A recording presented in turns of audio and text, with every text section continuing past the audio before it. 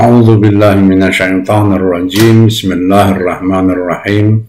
Alhamdulillahi rabbil alamin. Wa bihi nasta'in. Wa sallallahu ala sayyidina Muhammadin wa alihi thayyibin at-tahirin wa ajil warjahum warhamna bihim. Ikhwan dan akhwat rahimakumullah. Kali ini kita akan berbicara tentang sumber-sumber pertama, cerita tentang Abdullah bin Saba. Jika kita telusuri terus ke belakang, maka akan kita ketahui bahwa asal mula cerita tentang Abdullah bin Saba ini ialah kitab Tarikh Tabari.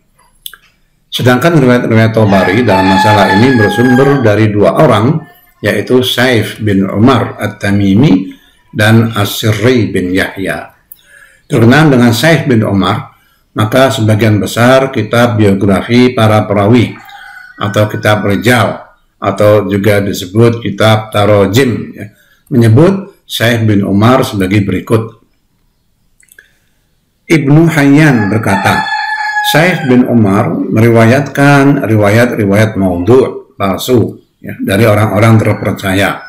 Artinya ia menisbahkan riwayat-riwayat palsunya itu kepada orang-orang para perawi gitu terpercaya.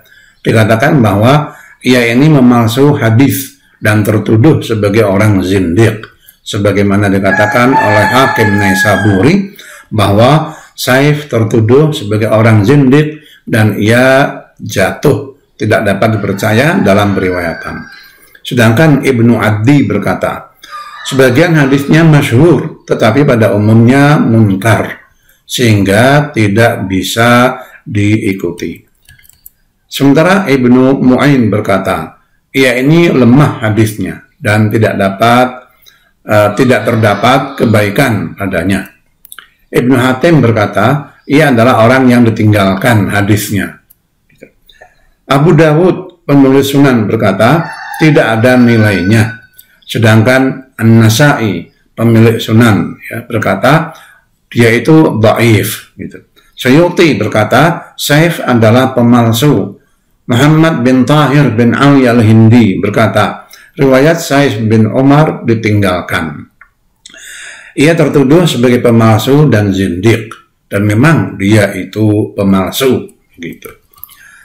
Sumber kedua riwayat-riwayat Tabari tentang Abdullah bin Saba ialah bahwa Abdullah bin Saba ialah seorang yang ia sebut ini dalam riwayat-riwayat Tabari tentang Abdullah bin Saba ini ialah seorang yang ia sebut bernama As-Sirri. Ini sumber kedua sumber kedua riwayat Tabari tentang Abdullah bin Saba, yaitu seorang yang bernama As-Sirri bin Yahya gitu ya.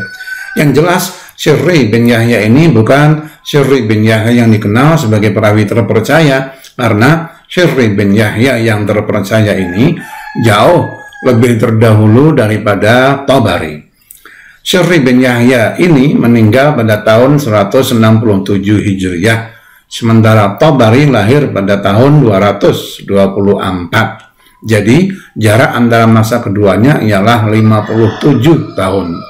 Untuk itu para ahli jarh wa ta'dil, yaitu para ahli sejarah biografi para perawi dan yang menentukan kedudukan para perawi tersebut, memperkirakan bahwa Sirri yang menjadi sumber periwayatan Tabari ini tentulah salah satu dari dua orang berikut ini.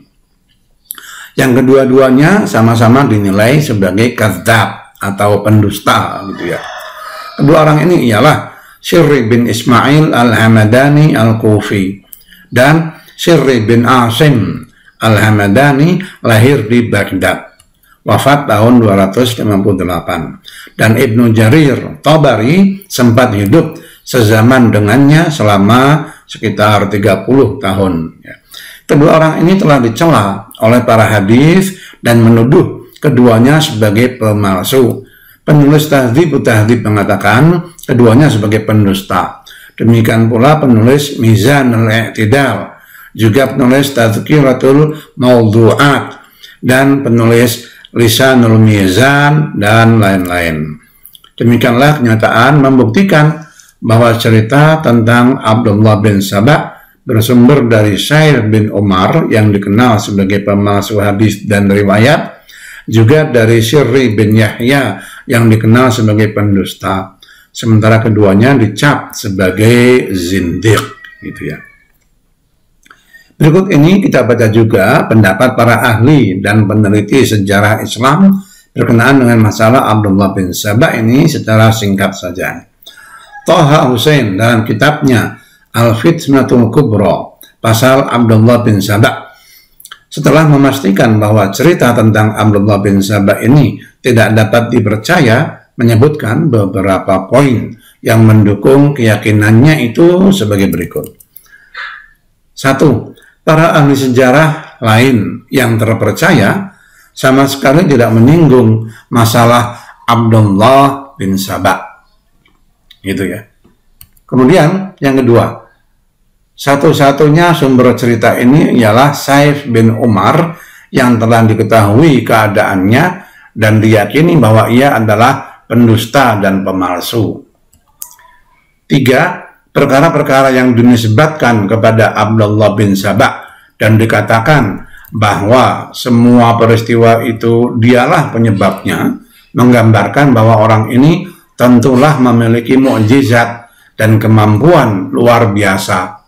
Sebaliknya, muslimin yang dikatakan tertipu dan mengikuti fitnah-fitnah yang ditebar oleh Ibn Saba ini, termasuk para sahabat, tabi'in, dan sebagainya, tak lain adalah orang-orang yang sedemikian bodoh dan berpikiran sangat sederhana.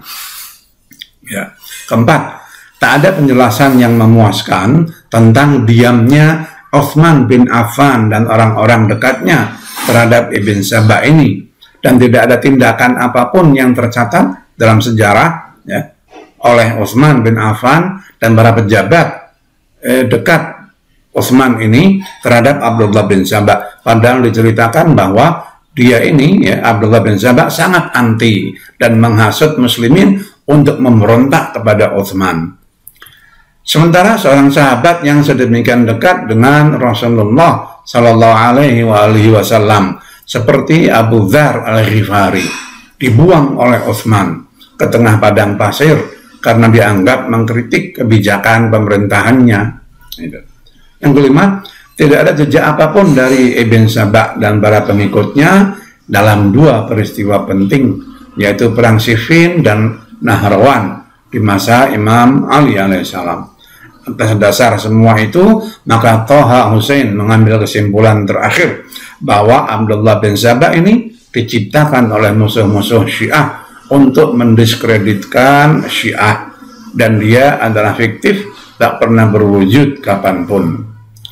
Jika kita pelajari pula tulisan para peneliti lain seperti Dr. Ahmad Mahmud Subhi dalam kitabnya Nadhariyatul Imamah, juga Muhammad Qurd Ali dalam kitabnya Khitatus Syam, dan lain-lain, maka akan kita temukan bahwa mereka semua mengungkapkan keyakinan bahwa Abdullah bin Saba adalah tokoh fiktif, gitu. Demikianlah pembahasan penting ya tentang Abdullah bin Saba yang dapat kami sampaikan kali ini dengan singkat dan singkat dan padat lah, begitu ya. Kemudian saudara sekalian, kita insya Allah akan melanjutkan pembahasan ini dengan topik-topik lain ya, dan kita berjumpa kembali insya Allah pada seri berikutnya. Wabillahi taufiq wal hidayah. Wassalamualaikum warahmatullahi wabarakatuh.